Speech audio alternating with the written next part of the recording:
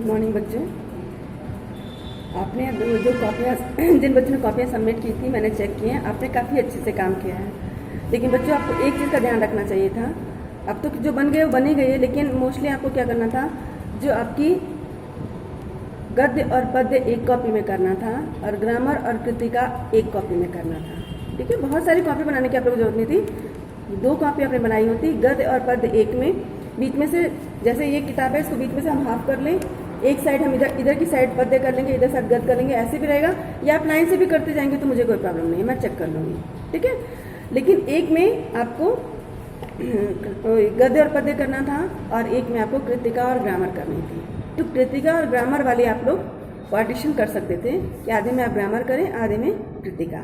आगे से ध्यान रखिएगा इस चीज़ का।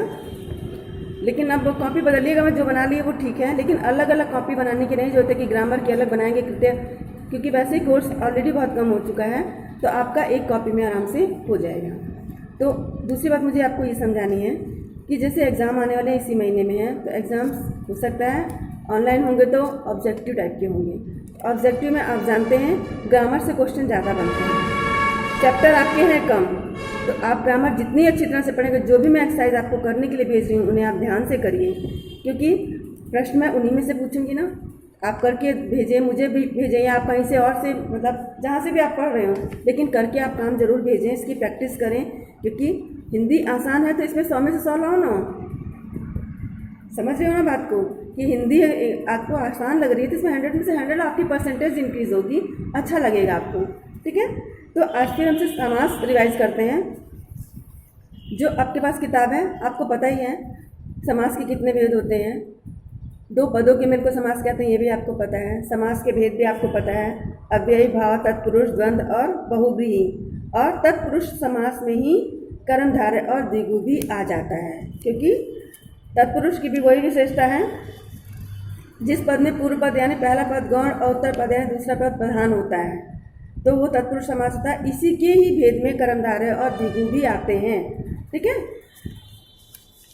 अब हम अव्ययी भाव के कुछ उदाहरण पढ़ते हैं, जैसे आजीवन। आजीवन का क्या होगा, जीवन रहने तक।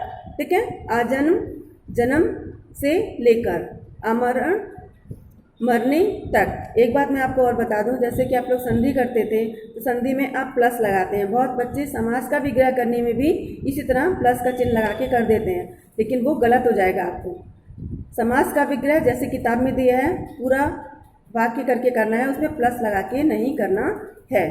ठीक है, यथाक्रम क्रम के अनुसार, यथाशक्ति शक्ति के अनुसार, यथा शीघ्र जितना शीघ्र हो सके, यथा संभव जितना संभव हो, यथा समय समय के अनुसार, यथा विधि विधि के अनुसार। मैंने पहले भी आपको बताया था अव्ययी भाव में जब एक शब्द 2 बार, सेम शब्द 2 बार आता है, उसका अर्थ एक ही होंगे और बीच में योजक चिन्ह होगा, तो वो अव्ययी भाव समास होगा। आप योजक चिन्ह देखते ही सीधे द्वंद्व समास पे आ जाते हैं। ठीक है, द्वंद्व समास में होता है योजक चिन्ह, लेकिन द्वंद्व समास में जो 2 शब्द होंगे उनके अलग अलग अर्थ होंगे। अव्ययी भाव में सेम, जैसे द्वार द्वार बीच में योजक है, लेकिन द्वार द्वार एक, दोनों द्वार का शब्द का अर्थ एक ही है, तो ये अव्ययी भाव है। साफ साफ भी अव्ययी भाव है, बीचों बीच भी अव्ययी भाव है।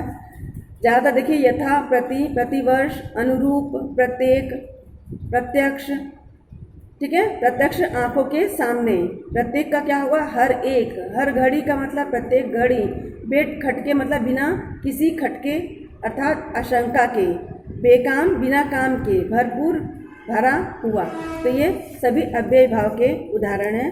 तत्पुरुष में मैंने पहले बताया, तत्पुरुष में योजक चिन्हों का जो लोप होता है वो तत्पुरुष समास होते हैं। तो इसमें कर्म तत्पुरुष में किस योजक चिन्ह का, मतलब किस चिन्ह का लोप होगा, तो कर्म का क्या, कौन सा चिन्ह है, कर्ता ने कर्म को। ठीक है, तो जहाँ पे को का चिन्ह का लोप होगा वो कर्म तत्पुरुष होगा। जैसे ग्रामगत, गांव को गत, या गांव को गाने गया हुआ। गिरहकट, गिरह को काटने वाला।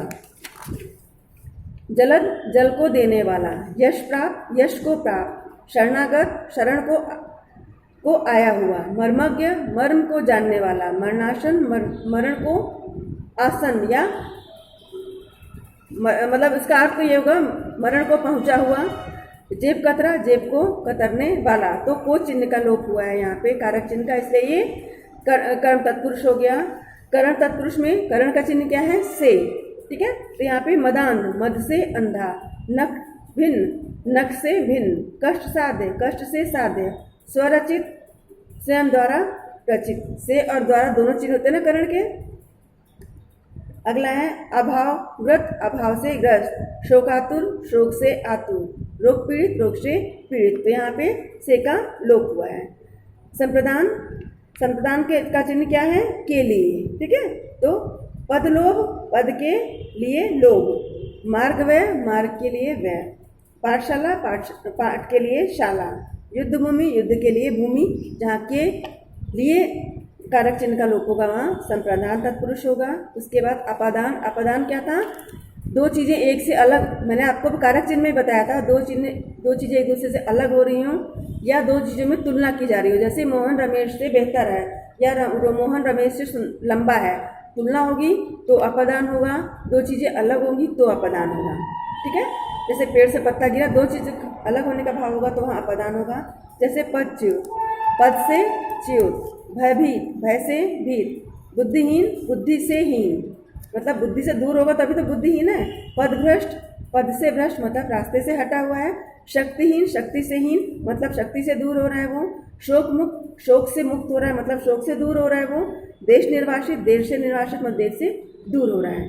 तो दो लोग चीज़ों में तुलना या एक चीज़ दूसरे से अलग हो और से चिन्ह का हो तो अपादान तत्पुरुष होता है। संबंध में क्या होगा?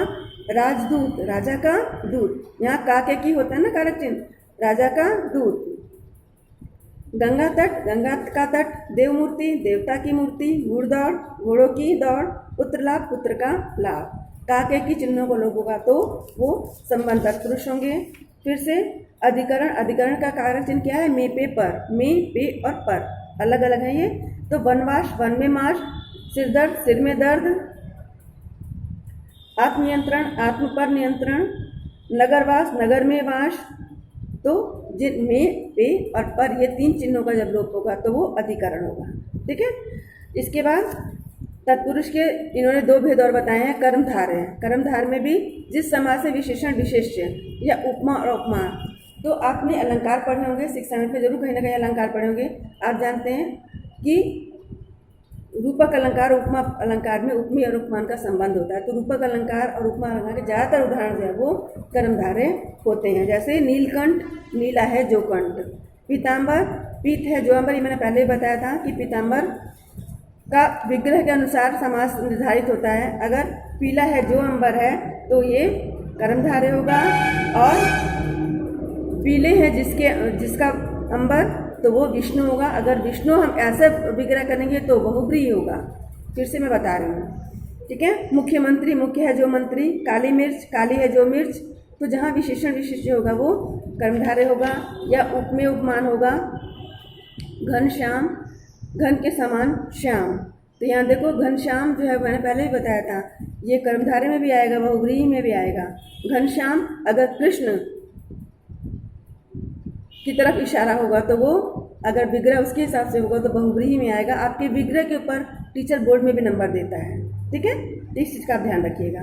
उपमेय उपमान, यहाँ पे मुख चंद्र, मुख रूपी चंद्र, स्त्री रत्न, स्त्री रूपी रत्न, ग्रंथ रत्न, ग्रंथ रूपी रत्न, तो ये जो है ये भी कर्मधारय के उदाहरण हो गए। द्विगु, द्विगु में तो आपको सबको ही पता है, पहला जो है वो संख्यावाचक होगा। नवरत्न, नवरत्नों का समाहार, त्रिफला, तीन फलों का समाहार, सप्ताह, 7 दिनों का समूह या 7 अहनों का समूह, तो इस तरह से होगा। इसके बाद द्वंद्व, द्वंद्व में तो आप जानते ही हैं कि बीच में योजक चिन्ह इसकी पहली पहचान है, और योजक चिन्ह के अलावा जो है वो ये शब्द के अर्थ अलग अलग होंगे। सुख और दुख, दिन रात, आटा दाल, हार जीत, भाई बहन, योजक चिन्ह है, शब्दों के अलग अलग हैं तो वो द्वंद्व समास होंगे। कर्मधारय और द्विगु समास में केवल यह अंतर है कि कर्मधारय समास में विशेषण कोई भी हो सकता है, किंतु द्विगु समास में विशेषण सिर्फ संख्यावाचक ही हो सकता है। और द्वंद्व समास का मैंने बता दिया कि योजक चिन्ह होगा। बहुब्रीहि भी, जिसका जो है समास का पद का जो अर्थ जो है कोई और निकलता, वहाँ पे बहुब्रीहि समास होगा। आज के लिए इतना है।